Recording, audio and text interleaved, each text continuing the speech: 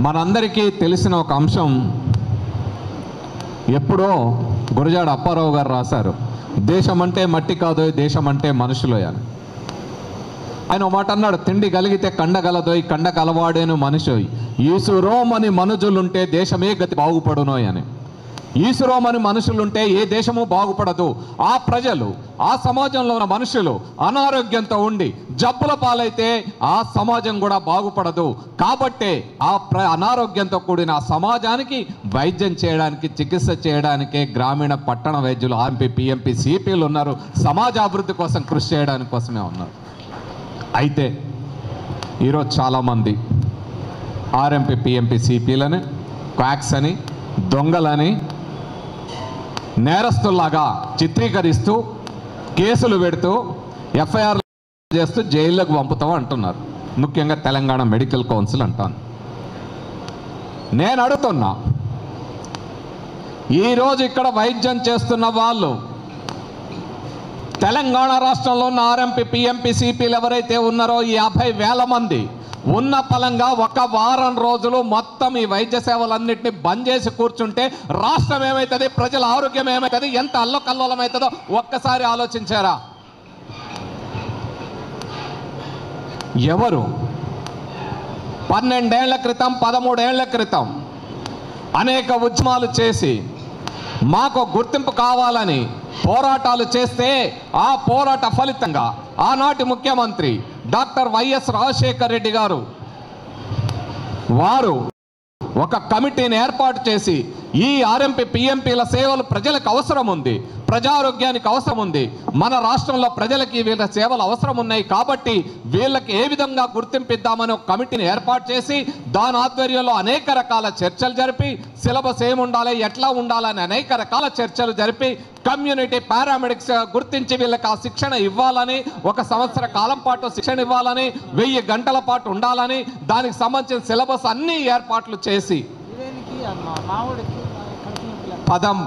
తెలంగాణ రాష్ట్రంలోనే అన్నట్టు ఉమ్మడి ఆంధ్రప్రదేశ్లో అందరికి ఇచ్చారు, కేవలం తెలంగాణ రాష్ట్రంలోనే 13,000 మంది ఆర్ఎంపీ, పిఎంపీలు కమ్యూనిటీ పారామెడిక్స్గా 1 సంవత్సరం పాటు శిక్షణ పొందిన తరువాత మీ హాస్పిటల్లోకి వచ్చి మీ ప్రభుత్వ వైద్యులు, మీ ప్రభుత్వ అధికారులు ఇచ్చిన శిక్షణ తీసుకున్న తర్వాత కూడా 13 ఏళ్ల పాటు సర్టిఫికెట్ రాకపోతే ప్రభుత్వమా, ఆర్ఎంపీ, పిఎంపీల ఎవరు దోషులు, ఎవరు నేరస్తులు అవుతారు, ఎవరు క్వాక్స్ అవుతారో తేల్చుకోవాల్సిన అవసరం ఎవరి మీద ఉంది? తేల్చుకోవాలి కదా. శిక్షణ ఇస్తే మేము రామన్నామా, వచ్చాం కదా, పాల్గొన్నాం కదా, శిక్షణ తీసుకున్నాం కదా, తీసుకున్న ఈ 13 సంవత్సరాల పాటు ఎందుకు సర్టిఫికెట్ రాలేదు? తెలంగాణ రాష్ట్రం వస్తే అందరి సమస్యలు పరిష్కారం అవుతాయని పెద్ద ఎత్తున ఊరూరా అనేక మంది ఎట్లయితే వీధుల్లోకి వచ్చి పోరాటాలు చేశారో అదే విధంగా ఈ తెలంగాణ రాష్ట్రం వస్తే మాకు ఆగిపోయిన గుర్తింపు వస్తుందని తెలంగాణ రాష్ట్రంలోని మొత్తం పట్టణ గ్రామీణ వైద్యులు, ఆర్ఎంపీ, పిఎంపీలు, సిపిలు అందరూ కూడా పెద్ద ఎత్తున తెలంగాణ ఉద్యమంలో పాల్గొని తెలంగాణ సాధనలో తమ వంతు పాత్ర నిర్వహించి పోరాడి సాధించుకున్నాం కదా. ఈ పోరాడి సాధించుకున్న తెలంగాణలో 10 ఏళ్ల పాటు ఎందుకు రాలేదు? గుర్తింపు ఎందుకు రాలేదు? శిక్షణ ఇచ్చిన తర్వాత సర్టిఫికెట్ ఎందుకు ఇవ్వలేకపోయారు? ఈ శిక్షణ ఈ 10 ఏళ్ల నుంచి రానికపోతే కారణాలు అనేక ప్రభుత్వాలు మారితే ఆ ప్రభుత్వాలు అధికారులు కారణమైతే మా మీద ఎందుకు కేసులు పెడతాయ్యా అని మనం అడగాల్సిన అవసరం ఉంది. కేసులు ఎవరి మీద పెట్టాలి? ఎవరైతే మనకు శిక్షణ ఇచ్చి సర్టిఫికెట్లు ఇవ్వలేదో మన దగ్గర చలాన్లు కట్టించుకొని, చలాన్లు కట్టిన తర్వాత శిక్షణ ఇచ్చి చలాన్లు కట్టించుకొని శిక్షణ ఇవ్వకుండా, సర్టిఫికెట్లు ఇవ్వకుండా ఉన్న వాళ్ళ మీద కేసులు పెట్టాల్సి వస్తుంది. ఎందుకని? ఏ దేశంలో అయినా, ఏ సమాజంలో అయినా, ఏ ప్రాంతంలో అయినా కేవలం ఎంబీబీఎస్ డాక్టర్ల మీద ఆధారపడే ఆ దేశంలో, ఆ సమాజంలో వైద్య ఆరోగ్యం ఉండదు, ప్రజారోగ్యం ఉండదు. ప్రజారోగ్యంలో ప్రతి జబ్బుకి, ప్రతి దానికి ఎంబీబీఎస్ డాక్టర్లకు, ఎంఎస్ డాక్టర్ల దగ్గరకు వెళ్ళాల్సిన అవసరం లేదు. దాదాపు 60% వ్యాధులకి వాళ్ళ దగ్గరికి వెళ్ళాల్సిన అవసరం లేదు. గ్రామంలోనే మనం చిన్న చిన్న చికిత్సలతో బాగు చేసుకోగలం. అదే కదా చేస్తున్నది. ఈరోజు డాక్టర్ ఇంజెక్షన్ రాస్తాడు, ఎవరు ఇవ్వాలి ఇంజెక్షన్? మళ్ళా పోయి ఎంబీబీఎస్ డాక్టర్ దగ్గర పోయి కౌన్సిలింగ్ ఫీజు కట్టి ఇంజెక్షన్ కూడా రోజు పోతామా? ఇస్తారా? వాళ్ళు ఇవ్వాల్సింది ఎవరు? చికిత్స చేయాల్సింది ఎవరు? కట్టు కట్టాల్సింది ఎవరు? గ్రామాల్లో బస్తీలో అందుబాటులో ఉండేది ఎవరు? చాలామంది ఎంబీబీఎస్ డాక్టర్లు అంటారు, సార్ మేము క్వాలిఫైడ్, మేము ఉండంగా వాళ్ళ దగ్గరికి జనం పోతున్నారు, మా దగ్గరికి రావట్లేరు. నువ్వు 6 ఏళ్ళు చదువుకున్నావు, పరీక్ష పాస్ అయినావు, అయినా నీ దగ్గరికి ఎందుకు రావట్లేరు? గ్రామీణ వైద్యుల దగ్గరికి ఎందుకు పోతున్నారు? ఆర్ఎంపీ పిఎంపీల దగ్గరికి ఎందుకు పోతున్నారు? ఒక్కసారి నువ్వు ప్రశ్న వేసుకో. ఎందుకు పోతారు అంటే, మొత్తం ఈరోజు ప్రపంచంలో బాగా ఉన్న ఆరోగ్య వ్యవస్థను యూరోప్ దేశాల ఆరోగ్య వ్యవస్థ గురించి చెప్తారు. పబ్లిక్ హెల్త్ సిస్టమ్ అంటే యూరోప్ దేశాల గురించి చెప్తారు, అమెరికా గురించి చెప్పరు. ఏమిటి అక్కడ ఉన్నది? Family health system. Family doctor ఉంటాడు ప్రతి దగ్గర. ఆ మధ్య ఆంధ్రప్రదేశ్లో కూడా జగన్మోహన్ రెడ్డి గారు మాట్లాడేవాడు, ఫ్యామిలీ డాక్టర్ అని. ఏమిటి ఫ్యామిలీ డాక్టర్? ఏ వ్యాధి అయినా ఈరోజు ఒక డాక్టర్ ఇంకో డాక్టర్ దగ్గరికి పోతే వాళ్ళకి అర్థం కాకపోవచ్చు, కానీ రెగ్యులర్గా వాళ్ళ కుటుంబాలతో వాళ్ళతో మమేకమవుతూ వాళ్ళ జీవితాల్లో భాగమై ఎవరైతే ఉంటారో వాళ్ళకి ఆ వ్యాధి గురించి అర్థమవుతుంది, వాళ్ళు వెంటనే చికిత్స చేయగలుగుతారు. అసలు అన్నిటికంటే ముఖ్యం, డాక్టర్ దగ్గర పోగానే టకటకాడ 10 మంది 20 మంది లైన్లు ఉన్నారు, చూసి పో అంటారు. కానీ ఆర్ఎంపీ పిఎంపీల దగ్గరికి ఎందుకు వస్తారు? మీరు వాళ్ళ కుటుంబంలో భాగమైపోయారు, వాళ్ళలో ఒక బంధువు అయిపోయారు. రాగానే పిన్ని బాగున్నావా, బాబాయ్ బాగున్నావా, అన్న తమ్ముడు చెల్లె ఇట్లా అని పలకరించి వాళ్ళతో మాట్లాడుతూ వాళ్ళకు అనునయంగా మాట్లాడుతూ చెప్తే సగం రోగం తగ్గిపోద్ది అప్పటికే మన మాటలతోటే. ఈ టైం వాళ్ళకి లేదు. కాబట్టి అట్లా ప్రజలలో నాలుకలాగా మెలుగుది. నీళ్లలో చేప ఎట్లుంటుందో అట్లా నిరంతరం ప్రజల మధ్య ఉంటున్నారు. కాబట్టే మీకు ఆదరణ ఉంది. ఈ ఆదరణ పొందాలంటే ఎంబీబీఎస్ డాక్టర్లకు ఎంఎస్ డాక్టర్లకు చెప్తా ఉన్నా నేను, మీరు కూడా నీళ్లలో చేపల దాకా ప్రజలతో మమేకమై ఉండే విధంగా ఉండండి. కానీ క్లినిక్లకి పరిమితం అయిపోయి టక్క తీసుకొని పోయేటట్టు ఉంటే సాధ్యం కాదు. ఇంకోటి అంటున్నారు ఈ మధ్య ఎంబీబీఎస్ డాక్టర్లు, వీళ్ళు క్వాక్స్, వీళ్ళు అది. నేను ఒకటి అడుగుతున్నా, ఈ క్వాక్స్, ఈ దొంగలు, మీరు ఏ పదాలను చెప్పండి, వీళ్ళు తయారైంది ఎక్కడండి మీరు తయారైంది? అదే డాక్టర్ దగ్గర కదా. నీ దగ్గర 10 ఏళ్ళు పని చేయించుకొని 10 ఏళ్ళు నేను అక్కడ పనిచేసిన తర్వాత బయటకు వస్తే ఇంకో పని నేను ఎలా చేస్తాను, ఎలా బతకగలుగుతాను, నన్ను ఇలా తయారు చేసి సమాజం మీదకి వదిలిన దొంగలు ఎవరన్నా ఉంటే అది ఎవరైతారు? మోసగాళ్ళు ఎవరైతారు? ఇప్పుడు చెప్తున్నా నేను, ఆర్ఎంపీ మొత్తం ఎంబీబీఎస్ డాక్టర్లకి ఎంఎస్ డాక్టర్లకి నేను చెప్తాను, దయచేసి అయ్యా ఈ రోజు నుంచి నర్సింగ్ ట్రైనింగ్ కానీ ఏఎన్ఎం ట్రైనింగ్ కానీ ఏ విధమైన ట్రైనింగ్ కానీ ఎవరిని కూడా మీ హాస్పిటల్లో పెట్టుకోకండి. ఈ రోజు నుంచి చెప్తా ఉన్నారు. రేపొద్దున ఆర్ఎంపీ పిఎంపీలు రానియకండి సమాజంలో. ఎందుకు పంపుతున్నారు? నీకేమో అక్కడ చాకరీ చేయడానికి తక్కువ డబ్బులతోటి చాకరీ చేయడానికి 10 ఏళ్ళు 15 ఏళ్ళు అక్కడ చాకరీ చేయించుకొని సమాజం మీదకి వదిలితే ఎక్కడికి పోవాలి వీళ్ళందరూ? ఏం చేసి బతకాలే? సో సమస్యకు పరిష్కారం, సమస్య మీ దగ్గర ఉంది, సమస్యను సృష్టించింది మీరు, పరిష్కారం చూపెట్టాల్సింది మీరు తప్ప ఇక్కడుండే ఆర్ఎంపీ పిఎంపీలు కాదు మిత్రమా. అది గుర్తుపెట్టుకోమని ఆ మిత్రులకి నేను చెప్తా ఉన్నా. అంతేకాదు, సమాజంలో ఏ ఆరోగ్యం బాగుపడాలన్నా, ముఖ్యంగా తెలంగాణ రాష్ట్రం ఒక ఆరోగ్య తెలంగాణగా మారాలి అంటే, తెలంగాణ రాష్ట్రంలో ఉండే ప్రజలందరికీ ఆరోగ్య సౌకర్యాలు అందాలంటే ఖచ్చితంగా ఆర్ఎంపీ పిఎంపీసీపీల వ్యవస్థ ఉండాలా. వాళ్ళకి సరైన సైంటిఫిక్ ట్రైనింగ్ అందించాల్సిన బాధ్యత ప్రభుత్వం మీద ఉంది. ఆ బాధ్యతను గుర్తించే ప్రభుత్వం అందజేయాలనే తెలంగాణ రాష్ట్రంలోని ఆర్ఎంపీ పిఎంపీ సిపి సంఘాల ఉమ్మడి వేదిక ఈ ప్రభుత్వం ఏర్పడినప్పటి నుంచి ప్రభుత్వాన్ని డిమాండ్ చేస్తూ ఉంది. ఎందుకని? మీరు ఎన్నికల మేనిఫెస్టోలో పెట్టారు ఏమని?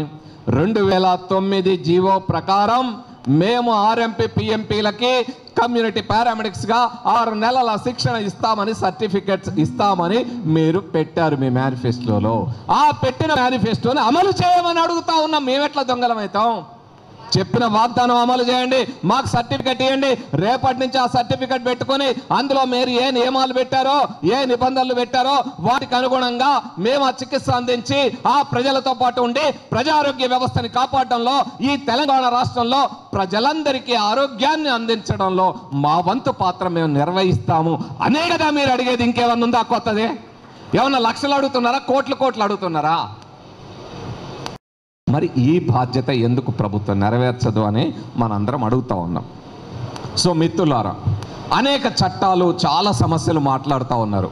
ఇవన్నిటి గురించి 429 జీవో ప్రకారం ఏర్పడిన 14 మంది కమిటీ అన్ని చర్చించే, చట్టాల గురించి చర్చించే, అన్ని రకాల చర్చలు జరిపి అన్ని రకాల అంశాలు పరిశీలించే ఆ కమ్యూనిటీ పారామెడిక్ శిక్షణకు సంబంధించిన రికమెండేషన్ చేయడం జరిగింది. దాని ఆధారంగానే సంవత్సరం పాటు శిక్షణ జరిగింది. దాని మీద ఏ కోర్టులో ఏ విధమైన వ్యాజ్యం లేదు. ఆ తర్వాత ఏదో వచ్చిన 428 జీవో మీద ఎవరో కోర్టుకు వెళ్ళారు, అది వేరు. కానీ 429 జీవో మీద కానీ ఆ 429 జీవో ఆధారంగా వచ్చిన 1273 మన శిక్షణ ఇవ్వడానికి ఏర్పడిన 1273/2009 చట్టం, ఆ జీవో ప్రకారం ఆ శిక్షణ జరిగింది. దాని మీద ఏ విధమైన అభ్యంతరాలు లేవు, ఎందుకంటే అది చట్టాల ప్రకారమే జరిగింది. సో ఈరోజు ఈ ప్రభుత్వం వచ్చిన తర్వాత ఈ డిమాండ్ వచ్చింది, ఈ వాళ్ళు మేనిఫెస్టోలో పెట్టిన తర్వాత మళ్ళా మనం గత కొన్ని నెలలుగా ఈ ప్రభుత్వాన్ని డిమాండ్ చేస్తూ ఉన్నాం. అందుకోసమే రాష్ట్రంలోని అనేక సంఘాలు, ఆర్ఎంపీ, పిఎంపీ, సిపి సంఘాలు రకరకాల బ్యానర్లతో ఉన్న వాళ్ళందరినీ ఒక తాటి మీద తీసుకురావాలని విడివిడిగా ఉంటే నేను మొదటి సమావేశంలో చెప్పిన, ఇది రాకపోవడానికి మిగతా కారణాలు, రాజకీయ కారణాలు ఎన్నున్నాయో అందులో ఒక కారణం మీలో అనైక్యత కూడా. ఆ అనైక్యతను వదిలిపెట్టి మీ సంఘాలన్నీ ఐక్యంగా ఉంటే ఖచ్చితంగా సాధించి తీరుతాం.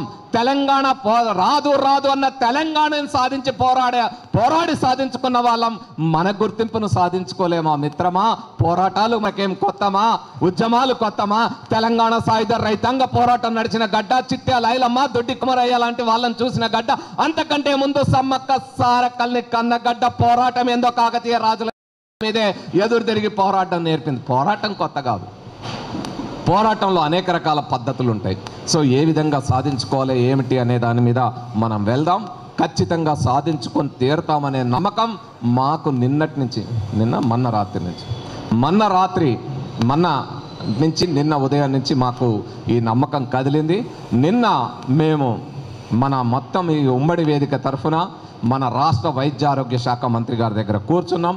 ఈ విషయాలన్నీ చర్చించిన తర్వాత అవన్నీ విన్న మంత్రి గారు సానుకూలంగా కాదు, దీన్ని పరిష్కరించడానికి కావాల్సిన కార్యాచరణను కూడా ప్రారంభించాడు. అతి త్వరలోనే దీని గురించిన ఒక 10 రోజుల్లోనే దీని గురించిన శుభవార్త మన అందరం వినబోతా ఉన్నాం. దానికి సంబంధించిన విధి విధానాలు తయారవుతూ ఉన్నాయి. రేపు మళ్ళా మేము ఎలా చేయాలి ఏమిటి అని మన అనుభవాలు, ఆ కమిటీలో నేను కూడా ఉన్నా కాబట్టి ఎలా ఉంది ఆ కమ్యూనిటీ పారామెడిక్స్ ఏమిటి, ఆ డౌట్స్ అన్నీ వాళ్ళు అడిగినాయన్నీ చెప్పాం. వాటన్నిటిని మళ్ళా తీసుకెళ్ళి అక్కడ ఇచ్చి పరిష్కారం చేసుకుంటాం. సో రేపు మళ్ళొకసారి మంత్రి గారిని కలిసి చర్చించబోతా ఉన్నాం. అయితే ఇదే ఇంకోవైపు మనం ఎంతమంది ఉన్నాం, ఏమిటి, మనం ఎందుకు అడుగుతున్నాం, మన అవసరం ఏంటనేది ప్రభుత్వం గట్టిగా గుర్తించే పద్ధతుల్లో కూడా మనం చేయాల్సిన అవసరం ఉంది. కాబట్టి 18వ తేదీ మొత్తం తెలంగాణ రాష్ట్రంలో ఉన్న ఆర్ఎంపీ, సిపిలు అందరూ హలో ఆర్ఎంపీ చలో హైదరాబాద్ అనే చలో ఇందిరా పార్క్ అనే నినాదంతో మీరందరూ కూడా ఇక్కడున్న ఒక్కొక్కళ్ళు 10-20 మందిని వెంట పెట్టుకొని హైదరాబాద్ నగరానికి వచ్చి ఆ హైదరాబాద్ నగరంలో మీరు గొంతెత్తి నినదించడం ద్వారా మొత్తం తెలంగాణ ప్రజానికానికే కాదు, భారత ప్రజానికానికి కూడా, మొత్తం దేశ ప్రజలందరికీ కూడా తెలంగాణలోని ఆర్ఎంపీ, పిఎంపీలకి ఈ కమ్యూనిటీ పారామెడిక్ శిక్షణ ఇచ్చి సర్టిఫికెట్ ఇవ్వాల్సిన అవసరాన్ని గట్టిగా నినదించి చెప్పాల్సిన అవసరం ఉంది. ఆ బాధ్యత కోసం మీరందరూ రావాలి, ఆ సభను జయప్రదం చేయాలని కోరుతా ఉన్నాం. అదేవిధంగా గత 22 సంవత్సరాల నుంచి ఈ మహాసభలు జరుపుతూ ఆర్ఎంపీ, పిఎంపీలని ఒక తాటి మీద ఉంచడానికి ప్రయత్నం చేస్తున్న ఖమ్మం జిల్లా గ్రామీణ వైద్యుల సంక్షేమ సంఘం నాయకులందరికీ, పిట్టల నాగేశ్వరరావు గారికి, ఈ మహాసభను జరుపుకుంటున్న మీ అందరికీ కూడా శుభాకాంక్షలు అందజేస్తూ ఉన్నాను. మీ అందరికీ ధన్యవాదాలు. మీ ఆర్ఎంపీ, పిఎంపీల సంఘాల మధ్యలో ఏమేమున్నా ఎట్లెట్లున్నా అవన్నీ బయట మాట్లాడుకోండి. నాకైతే నేను ఆర్ఎంపీని కాదు, పిఎంపీని కాదు. ఉందా నాకేమన్నా? మీకు సర్టిఫికెట్ వస్తే నాకేం గుర్తింపు రాదు. నేను గతంలో కొట్లాడినా 14 మంది కమిటీలు ఉండి తెల్లవార్లు కృషి చేసిన తెల్లారే మీరు అందరూ మర్చిపోయారు. నన్ను సర్టిఫికెట్ ట్రైనింగ్ అయినా తెల్లారే మర్చిపోయారు. నాకు తెలియదు ఏంది. నేనే మళ్ళీ ఇప్పుడు మీ అందరు ఎమ్మడిపడి పట్టుకొస్తాను. అయినా ఎందుకు అంటే మీకు అవసరం, మీకంటే ఎక్కువ ఈ రాష్ట్రంలో ప్రజల ఆరోగ్యానికి అవసరం. ప్రజల ఆరోగ్యం బాగుపడాలంటే మీ అవసరం ప్రజలకు ఉంది. కాబట్టే ఈ శిక్షణ అవసరమని మేము అంటా ఉన్నాం.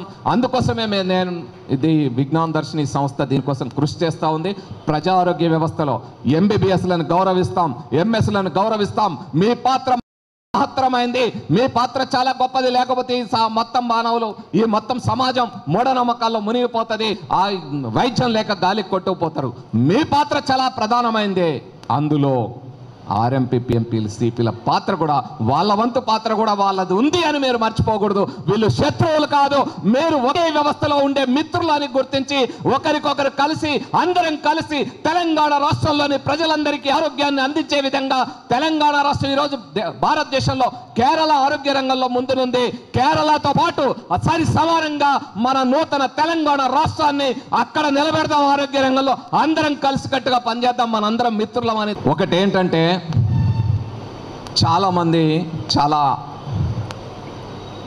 దుష్ప్రచారం చేయడానికి మనలో కూడా కొంతమంది కారకులు అవుతున్నారు. అదేంటంటే, తెలిసి తెలియని వైద్యాలు చేయడం, మన పరిధి మించిన సర్జరీల దాకా చేసే పనులు చేసి ప్రజల్ని దోచుకోవడం అనేది కొంతమంది చేస్తున్నారు. నిన్న మంత్రి గారు కూడా అన్నారు, మీరు అందరు చాలా మంచోళ్ళు, కానీ 15-20% మంది ఇట్లాంటి వాళ్ళు ఉన్నారు, వాళ్ళ పట్ల దయచేసి ఎవరు కూడా అలాంటి వాటికి అవకాశం ఇవ్వకండి. మనం ఎంతో అంతే చేయాలి. మనం క్వాలిఫైడ్ డాక్టర్లు కాదు, ఏ స్థాయిలో చేయాలి అంతే చేయండి. అదే సందర్భంలో ఈరోజు ఆరోగ్యం పేరుతో, ఆహారం పేరుతో రకరకాల వ్యక్తులు వచ్చి ఏదో ఒకటి ప్రచారం చేస్తూ ఉన్నారు. సమాజంలో మూఢనమ్మకాలను పెద్ద ఎత్తున ప్రచారం చేస్తూ ఉన్నారు. మీకు సైంటిఫిక్ ట్రైనింగ్ ఇచ్చింది, ఆ 1 ఇయర్ ట్రైనింగ్ ఇచ్చింది కూడా ఆరోగ్యం పట్ల మీరు ఒక సైంటిఫిక్గా అర్థం చేసుకొని ముందుకెళ్ళాలని. కాబట్టి ఆ మూఢనమ్మకాలు ప్రజల్లో లేకుండా వాటిని పారదోలండి. ప్రజలకి ఆరోగ్యాన్ని ఎలా కాపాడుకోవాలో, సైంటిఫిక్గా ఎలా ఉండాలో తెలుసుకోవాలంటే జరగాల్సింది ఏంటంటే, మీరు నిరంతరం విజ్ఞానవంతులు అవ్వాలి, నిరంతరం అప్డేట్ అవ్వాలి. నాది నిత్య నూతన వికసిత విజ్ఞానం అంటాడు కాలోజీ. మీరందరూ నిత్య నూతన వికసిత విజ్ఞానవంతులు కావాలి. మనమే కాదు, క్వాలిఫైడ్ డాక్టర్లు కూడా ప్రతి ఇయర్ సిఎంపీలు పెట్టుకుంటారు. వాళ్ళకు కూడా కొత్తగా లేటెస్ట్ టెక్నాలజీ, కొత్తగా వస్తున్న సైన్స్ అందుబాటులోకి రావాలి. కాబట్టి మనం కూడా ఎప్పుడో 20 ఏళ్ల క్రితం, 30 ఏళ్ల క్రితం నేర్చుకున్నాం అదే అనుభవం అని కాకుండా కొత్త అంశాలు కూడా నేర్చుకుంటూ ముందుకెళ్ళాలి. మూఢనమ్మకాలు లేని తెలంగాణని, వైజ్ఞానిక తెలంగాణని, ఆరోగ్య తెలంగాణని నిర్మిద్దాం మిత్రులారా. Thank you.